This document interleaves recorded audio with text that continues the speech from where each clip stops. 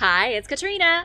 Unicorns, dragons. You might be surprised to learn that some mythical creatures actually roamed the earth. Ancient people would find strange bones and fossils that they couldn't really explain. If they were holding a giant bone in their hand, it had to have come from a real living monster, right? Today, we are uncovering the real-life creatures that inspired these legendary monsters, so hit that subscribe button and let's take a look. The mastadons of ancient Greece. What does a prehistoric mastodon have in common with an ancient Greek cyclops? They may have been the same creature. In Europe, people believed that cyclops were real. Each towering cyclops was a giant with a single eye in the middle of its huge face. They were monsters that feasted on travelers who strayed into their forbidden territory. The one-eyed behemoths were pure nightmare fuel of the Mediterranean. But did the cyclops exist? Or was it dreamed up by ancient people who stumbled upon preserved mastodon skulls? People are still finding mastodon bones today in Europe, like a few years ago when a leviathan of an elephant-like creature was discovered in northern Greece. Scientists found its tusks, which measured nearly 20 feet long. About 20 million years ago, mastodons appeared all over the world. They were in Germany, the Netherlands, England, Greece, and North America. The last one didn't die out until about 10,000 years ago. They were just like mammoths, only without the fur. You might be thinking to yourself that nobody would mistake a giant elephant with long tusks for a human giant with one huge eyeball. You'll change your tune when you see what a mastodon skull looks like. There is a depression in the middle of the mastodon skull that looks like a perfect eye socket. Ancient Greeks digging these things out of their fields would have thought they were staring at the skulls of recently deceased one-eyed giants. From there, the myth undoubtedly flourished. What the Greeks didn't realize was that the hole in the mastodon's skull was the spot where the prehistoric elephant's trunk used to be. I mean, how else would you interpret this strange skull thousands of years ago? It all makes sense, right? The nine-tailed fox. You are not going to find a more adorable mythical creature than the nine-tailed fox. It's just not going to happen. But just how real are magic foxes with 9 tails? The magical entity originated in Chinese folklore and spread across the water into Japan. In China, people used to believe foxes to be the spirits of humans possessed by strange powers. They could disguise themselves as men or women to trick people and cause mayhem. 9-tailed foxes were also closely associated with the moon goddess and with wisdom and cunning. In cultures across the world, foxes repeatedly show up as shape-shifting creatures. In China, the first written mention of a 9-tailed fox was roughly 2,400 years ago. The Chinese called it Hulijing, the fox spirit. In Japan, it's called the kitsune. And in Korea, the creature is known as kumiho. When the myth of the fox arrived in Japan, it became an instant hit. One of the most famous legends surrounding the 9-tailed fox is tied to the Japanese god of agriculture and fertility, Inari. Inari made the adorable fox his pet. I mean, come on, who wouldn't? But the fox was too mischievous and couldn't be controlled. Inari grew so fed up with the fox's pranks that he stole its powers and turned it into a spirit. Inari forced the adorable critter to roam the earth for all eternity with no physical form. I have some good news and some bad news. The good news is that there might be more to this story than meets the eye. If you're a believer in things magical and mysterious, you'll be happy to know the 9-tailed fox was imprisoned inside a magical stone 900 years ago. The bad news is that the stone recently shattered, and now the spirit is on the loose. It's a story so unbelievable, it has to be true.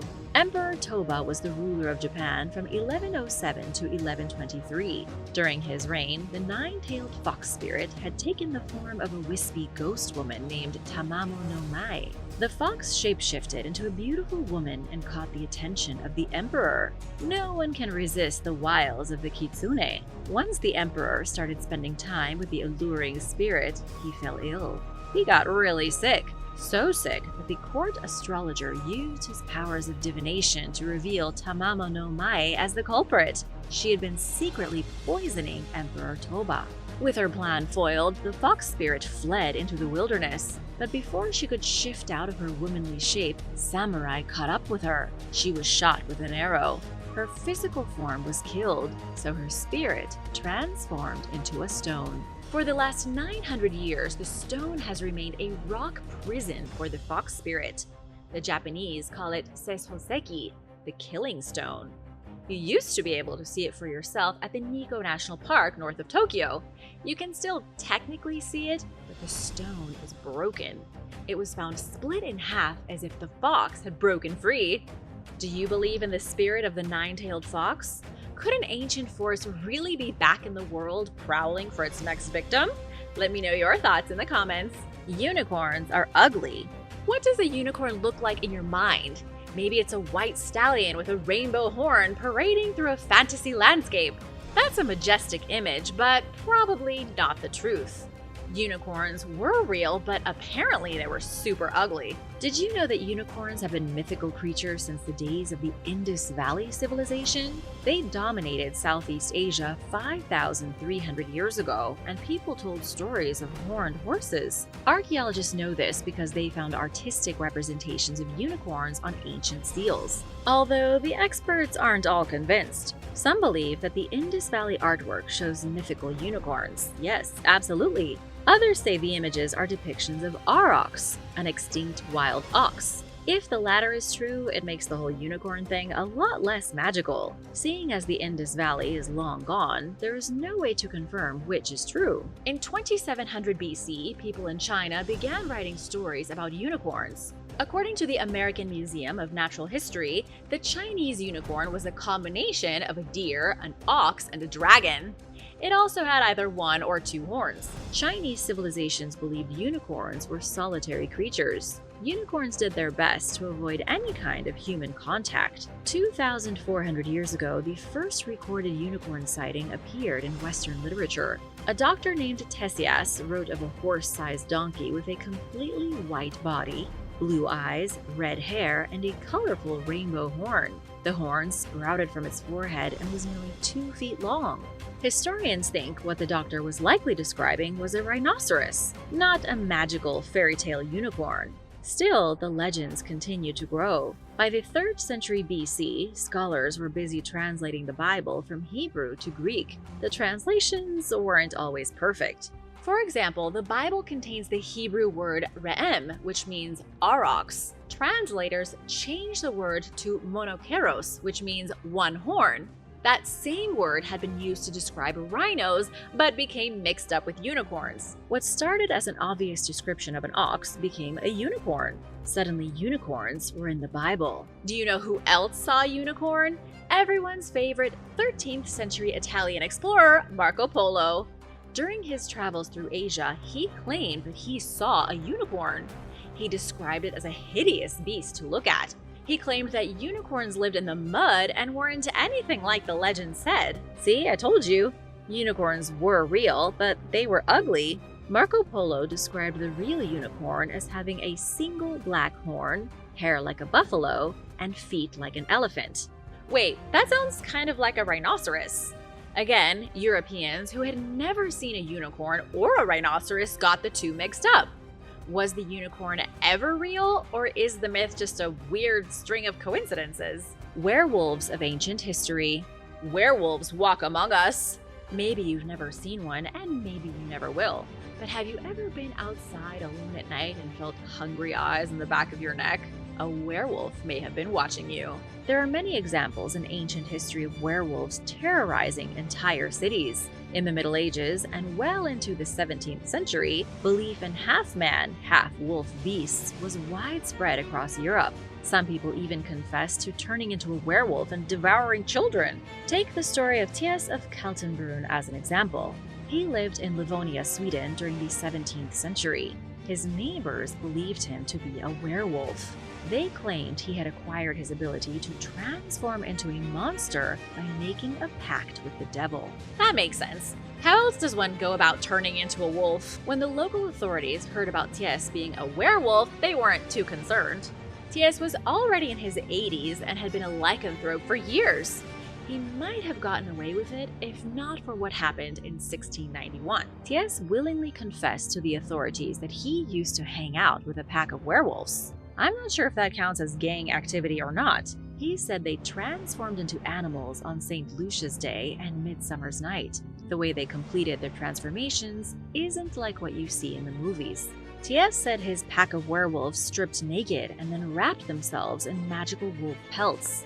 This was the only way they could transform. Once they had gone into wolf form, they would stalk the countryside eating farm animals and the occasional child. But don't worry, T.S. claimed he and his werewolf buddies were agents of God.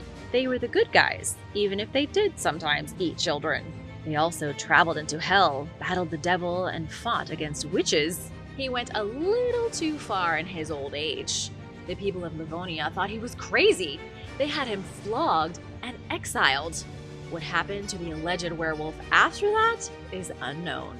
And now for a quick break because it's shoutout time. I want to give a huge thank you to Allie B and Jack Cornwell for supporting this channel. We wouldn't be here without you guys. Be sure to subscribe if you haven't already for more videos like this. Revenge of the Kraken. The Kraken is real, and we have proof, sort of.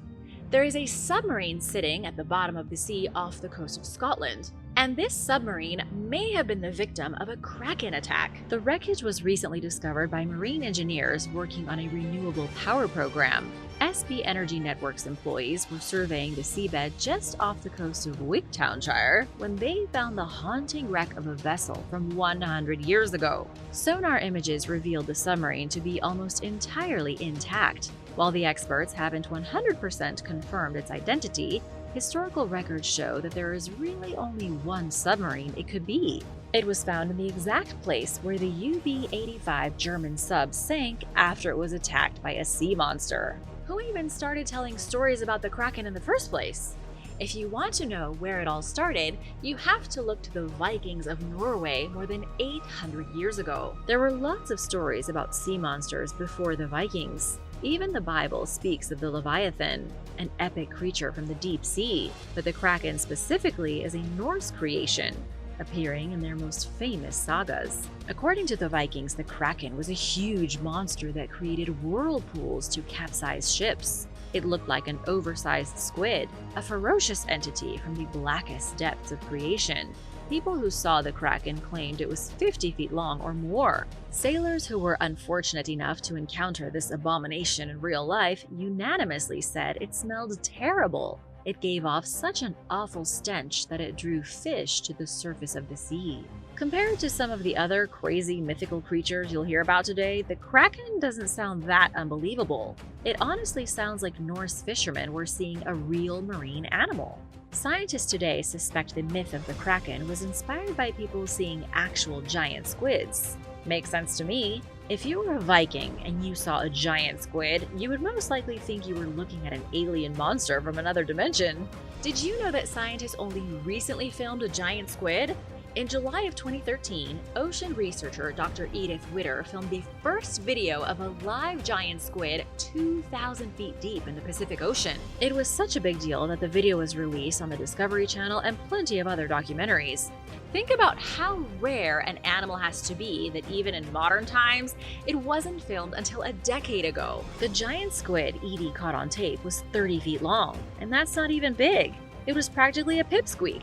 Giant squid grow to more than 55 feet long, stealthily prowling the blackest parts of the world's oceans. Even if Viking sailors were seeing giant squids, how do you explain what happened on April 30th, 1918?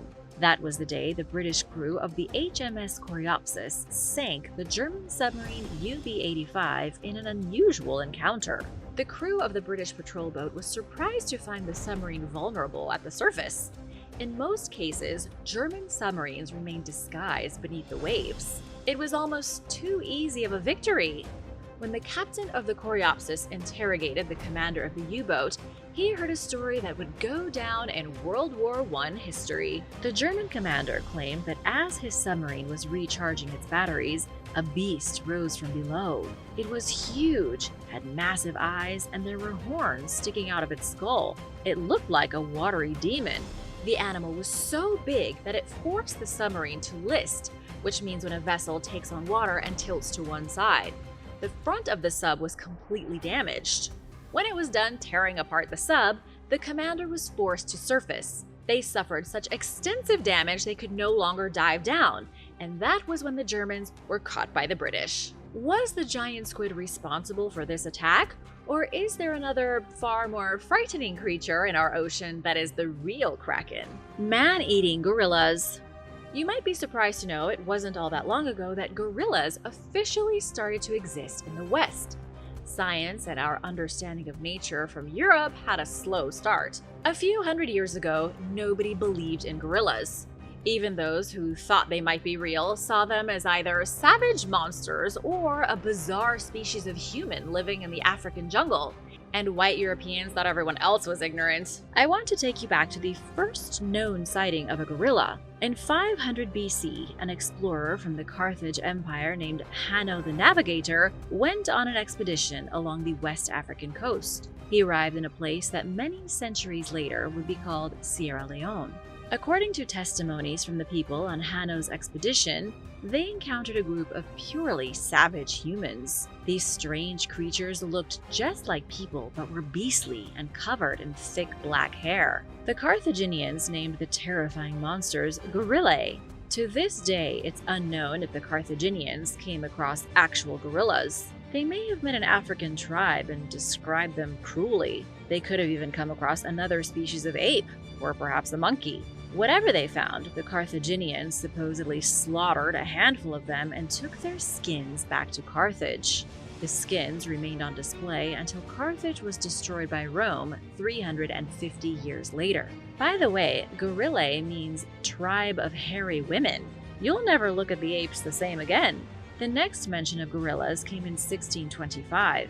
Andrew Battle was an English traveler who was captured by the Portuguese in Angola. During his trials in Africa, he wrote down all that he saw. One of the things he witnessed was a creature he named Pongo. According to Andrew, the Pongo had all the proportions of a man but was more like a giant. It was hairy, a dark color, and would often kill tribesfolk when they wandered into the forest. Andrew said the local tribes never took Pongos alive or tried to hunt them because they were as strong as 10 men. People back in Europe took this as a myth. A century and a half later, people still didn't believe the gorilla was real. It wouldn't be until 1847 that naturalist Jeffries Wyman described the western gorilla from specimens brought to Europe from Liberia. Then, in 1902, the mountain gorilla was discovered. Mermaids in Canada. According to the National Oceanic and Atmospheric Administration, mermaids do not exist. But if they don't, how do you explain the myths of mermaids from across the globe? I mean, if you think about it, something that looked half human and half fish wouldn't be all that crazy, would it? Why is it normal for something like an octopus to exist, but a human-fish hybrid is so ridiculous? Take a look at some of the animals on this planet and try to tell me that mermaids are the ones that don't make sense. 7,000 years ago, the Babylonians worshipped a fish god named Oannes. He was a merman, one of many in the ancient world. In the centuries that followed, the Philistines, Assyrians, and Israelites came up with their own mermaid goddess named Atargatis. In ancient Greece, they had the god Triton, who was a merman. In Japan, they believed in a mermaid-like creature called Ningyo. It was a fishy abomination combined with a monkey. Fishermen believed that if you could catch a Ningyo and eat it, you would be immortal. In Scotland and Ireland, folklore is rife with mermaids. They are called selkies, human-seal hybrids. In both cultures, selkies are considered magical and destructive. They wear seal skin like a suit. They have legs underneath, wearing the seal skin like pants to make it easier to swim. Selkies are able to discard their seal skins and walk around on land. Legend has it that if you catch a female selkie on land, she can never return to the water. She will be bound to you as your wife for the rest of time. These stories appear all over the world. In Africa, half-human, half-fish creatures are called mamiwata. The myth has been around for so long that it's a little different depending on which African country you're in. Some believe mamiwata is a mermaid goddess. Others believe there are many mamiwata and that they are more like water spirits than fully fledged gods. You see this woman here sitting peacefully on a rock playing with her blonde hair? Notice she has no legs, but she does have one big scaly fishtail. This is a picture taken by a ferry passenger in 1967. It's the only known image of a mermaid. I know, it's hard to believe, but I'm telling you it's a real photograph, courtesy of the Times Colonist file. It was taken as the ferry moved through Active Pass next to Main Island near Victoria, British Columbia. The mermaid was basking on the rock in full view of everybody passing by. So many people saw the mermaid that it appeared in the Daily Colonist the next day. The paper included a photograph that was taken by George Harrison, a visitor from Sioux City in Iowa. According to the eyewitnesses, the mermaid wasn't just relaxing on the rocks, she was eating a fish. Those on the ferry watched in disgust and intrigue as she took bites out of raw coho salmon. She was topless, had silvery blonde hair, and didn't seem to care much about the people on the boat. Some say this was a hoax. Some say it was a publicity stunt done by locals to boost tourism. In the days that followed, the local newspaper offered a $25,000 reward for anyone who could find evidence of the mermaid. Nobody ever claimed the money, and nobody ever saw the mermaid again. What do you think? Was it true or was it a hoax? Let me know in the comments. The true story of the Navajo skinwalkers. Skinwalkers are ancient shape-shifting witches from Navajo lore. Are these nightmarish freaks real? Are they mythical beasts? Before digging into the lore, let's take a look at a story from 1996. A family in Utah was traumatized about 18 months after moving on to a new ranch when they met a skinwalker. Terry Sherman was walking his dogs when he encountered a wolf. It was the biggest wolf he had ever seen, 3 times the size of an ordinary wolf. It wasn't afraid of him or his dogs. In fact, it seemed to be enjoying itself. The giant wolf stared at Terry with glowing red eyes like a demon. Terry fired off his gun a few times, which was enough to frighten the beast away. Then, days later, he moved. Terry packed up his family and sold the ranch. They weren't sticking around to meet that big wolf again. The ranch where this horrible encounter took place is now one of the most famous paranormal hotspots in the USA. Maybe you've heard of Skinwalker Ranch before, or maybe you've been there. In the Navajo language, skinwalkers are called Yi Naldlushi. The name translates to mean, by means of it, it goes on all fours. The Navajo believed there were real animals roaming the North American wilderness that could transform into demonic wolves. The Navajo weren't the only ones who believed in them either. The Apache had their own legends involving skinwalkers. So did the Hopi and the Puebloans. If all these tribes believed in the skinwalker, there must be some truth to the myth, right? Terry Sherman saw it with his own eyes. It was said that skinwalkers were not natural creations. They weren't like Bigfoot, born in the wild. Rather, a skinwalker had to be created. There were 2 ways that one of these beings could come into existence. One way was for a shaman to abuse evil magic until he turned into a monster. The second way was for somebody to do something considered so taboo that they quit being human and turned into a skinwalker. These days, Skinwalker Ranch continues to be a place where the paranormal is the rule rather than the exception. People have seen unexplained aerial phenomena in the sky. Cows have disappeared or died under mysterious circumstances, often being mutilated. The cows that turn up dead at Skinwalker Ranch often stink of chemicals, as if just dumped out of a spaceship. What are your thoughts on this one? Magic, nature, or space aliens? The Dragon and the Chinese Zodiac. On February 10th, 2024, the Year of the Rabbit ended and the Year of the Dragon began. Even if you don't know much about the Chinese Zodiac, you've likely heard that each new year is associated with a different animal. What you might not know is that every animal in the Chinese Zodiac is real except for one, the dragon. It kind of makes you wonder if maybe the Chinese dragon is real, or at least used to exist. Why create a zodiac using real Chinese creatures and then add one fake one? There are 12 animals in the Chinese zodiac: the rat, ox, tiger, rabbit, snake, horse, goat, not ghost. That would be weird. Then there's the monkey, rooster, dog, and pig. Those 11 animals are all creatures that can be seen in everyday life in China. Maybe people didn't see a tiger every day, but tigers do live in Chinese forests. None of the animals in the Chinese zodiac are remotely close to being mythical except for number 12, the dragon. To understand this mystery, let's go back in time 3,600 years to the Shang dynasty. Even at the beginning of complex Chinese civilization, emperors wore robes embroidered in dragon patterns. There are examples of dragons on tapestries, shaped into statues, and depicted in artwork going back to around the same time people were migrating from the city of Babel, according to the Bible. Emperors even claim to be the human descendants of mystical dragons. Is it possible that ancient Chinese people lived alongside real dragons? Or is this more similar to the connection between the Greek cyclops and the mastodon? Experts think ancient Chinese people dug up fossils of dinosaurs. They most likely found fossils of pterosaurs as well, ancient flying lizard monsters. The people who found these fossils would have been blown away. They could have easily interpreted the huge skeletons as flying snake-like lizards. It wouldn't have taken much time for dragons to establish themselves in popular myth as real animals. After all, there were solid fossilized remains that people could look at, actual skeletons of monumental beasts. Then again, maybe people saw real living dragons. There are nearly 100 different dragon sightings from as recently as the Ming Dynasty, which ended in 1644. People have been spotting dragons in China for the past 2,000 years. What in the world is a jackalope?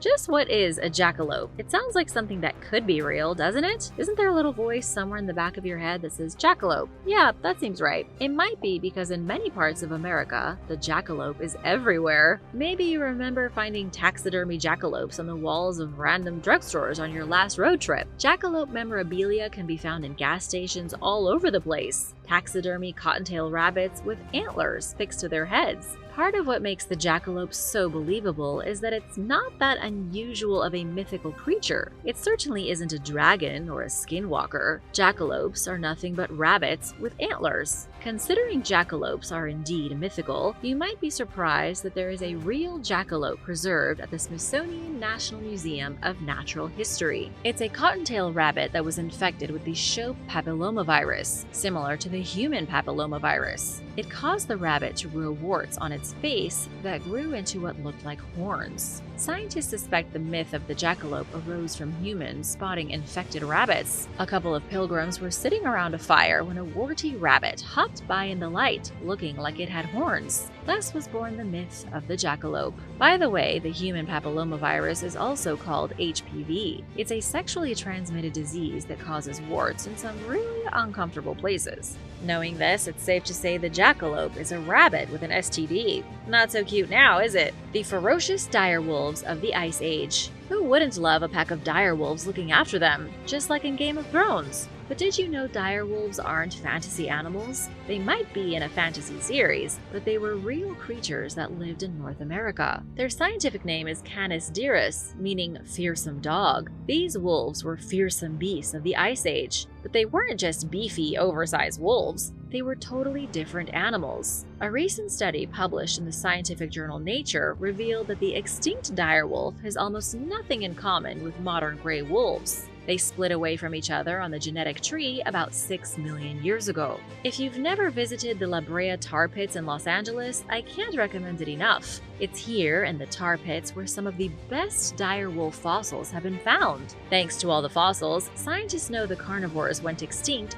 13,000 years ago as the Ice Age came to an end. The direwolves and the mammoths and the saber-toothed tigers too. The lead author of the new study, Angela Perry, is an archaeologist at Durham University in the UK. Angela said that for the last 150 years, similarities between direwolf and gray wolf skeletons suggested they were similar. New genetic information proves that they weren't. DNA sequenced from 5 direwolf fossils discovered across the US has shown that they evolved all by themselves in North America over millions of years. Direwolves were a totally different genus than gray wolves, not just a different species. What you likely want to know is how big and mean the direwolf was. Were they as savage as seen on TV? In Game of Thrones, the direwolves were like miniature horses. They were enormous, snarling monsters that could gang up on a dragon and eat it. But in reality, prehistoric direwolves were only 20% bigger than modern gray wolves. They also weren't particularly fond of the cold.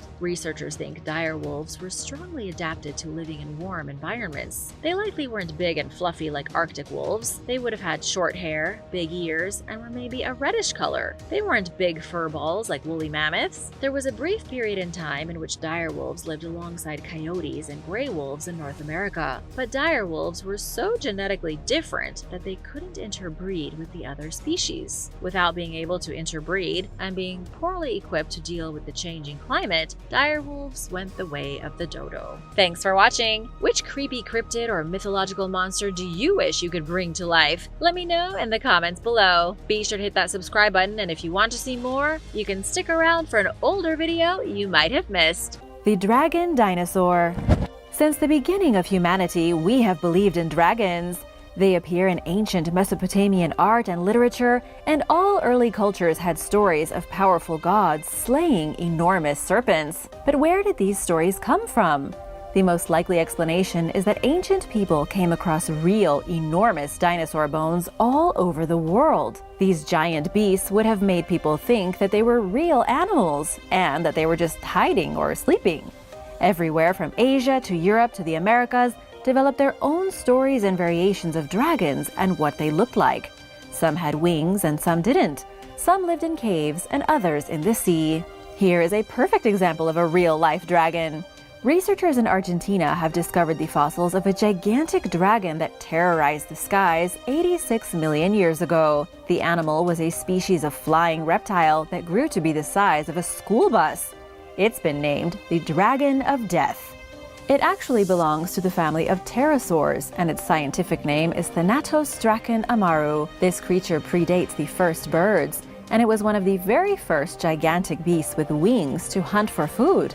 Its fossils were uncovered in the Andes Mountains, preserved in rock from the Cretaceous period just 20 million years before the asteroid wiped out almost all living creatures on the planet. Sadly, the Dragon of Death probably didn't breathe fire, but it did look a lot like a dragon, and it could also walk around on two legs and search for prey. Coming across these giant bones in real life, you could see how people would believe that these creatures weren't just legends, but that they were actually real. Mermaids and mermen. It wasn't that long ago that pretty much everybody believed in merfolk or merpeople, mermaids and mermen. Almost every civilization in every corner of the globe had some kind of myth surrounding humanoid beings who lived in the ocean.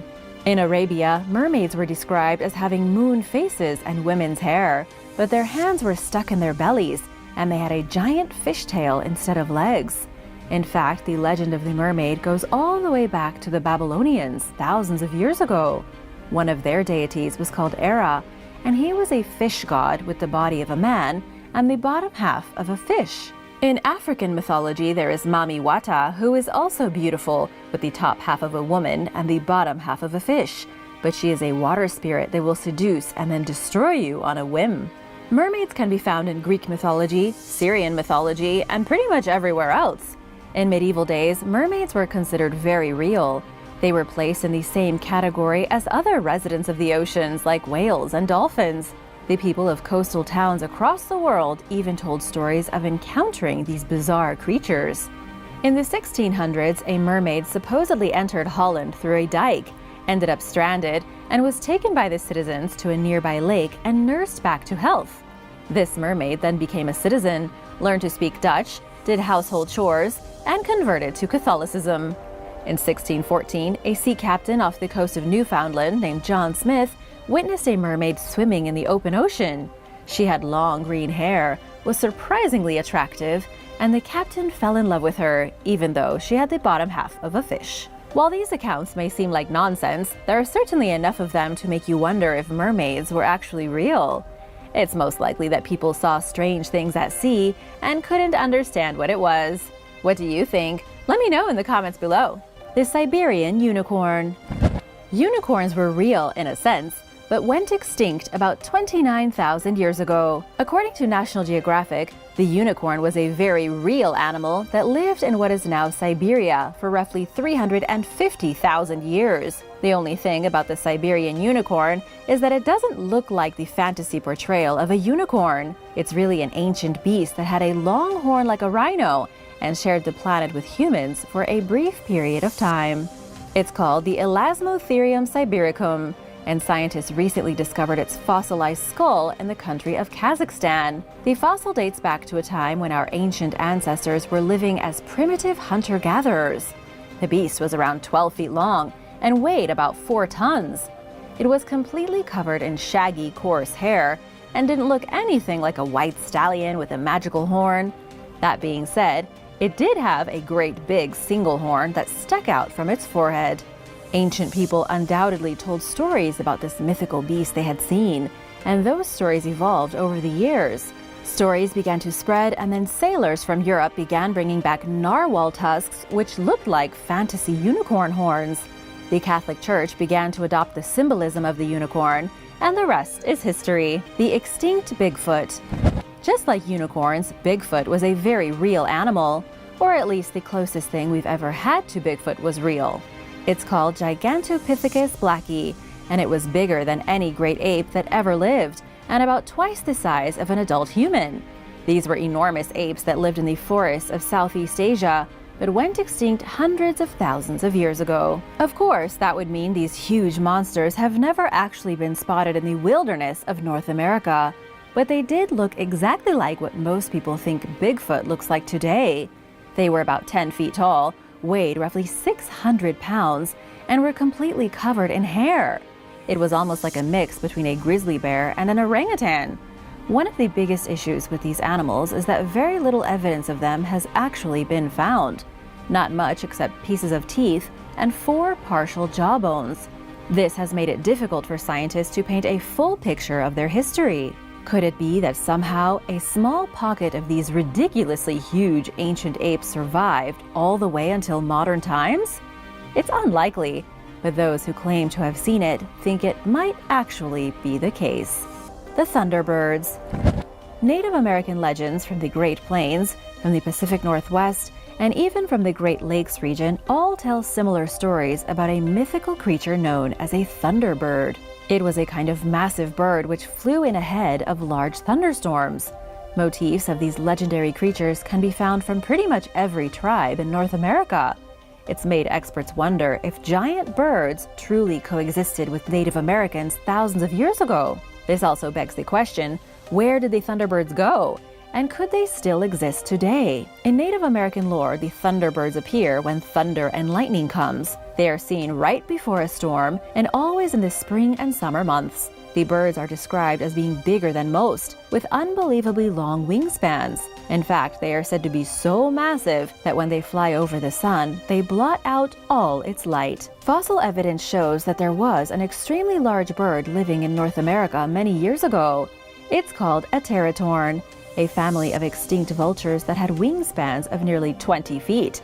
They were so big that experts today doubt they were even able to fly. And considering they went extinct a few thousand years ago, it is possible that they flew over the heads of Native Americans. However, these birds had likely vanished by the time Europeans showed up. The legendary sea serpent.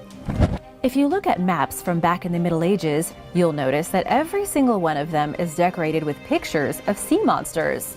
For example, the 1539 Carta Marina clearly shows beasts like sea serpents lurking out in the water and waiting to attack unwary sailors. But were these creatures simply decorative, put on the maps by cartographers for a bit of flourish? Or were these creatures real? The truth is that some of them were definitely real. And you know there are many mysterious things in the sea. Imagine back then. In 1734, there was a missionary by the name of Hans Agede. He was sailing off Greenland's coast when he witnessed what he described as a most terrible creature. It lifted its head so high from the water that it was taller than the crow's nest on the mast of their ship. It was also longer than their entire ship and looked like some kind of giant aquatic snake. While this may or may not have happened, the creature the missionary appeared to be describing was an oarfish. The oarfish can grow to be over 50 feet long and weigh nearly 400 pounds. To give you some perspective, that's over 20 feet longer than the biggest snake in the world. If you were an ancient mariner and saw one of these creatures in the ocean, you too would think it was a sea monster. Because really, that's exactly what it is. What makes the oarfish so monstrous is also the fact that it swims vertically, unlike other fish that swim horizontally. Instead of swimming through the water like a shark, It swims up and down by using its long red dorsal fin. This means that if somebody had actually witnessed one in the water, it would have looked even longer, like a huge sea serpent rising from the depths. The basilisk. The basilisk was a monster feared throughout Europe and North Africa for centuries. Like many of the ancient Mediterranean monsters, it was a hybrid beast. This creature was hatched from an egg laid by a rooster, then incubated by a toad. It had toxic breath and a venomous bite, and it could kill just by looking at you. It was a weird combination of a rooster and a snake. Weirdly enough, the basilisk's only weakness was the weasel, which was for some reason impervious to its venom.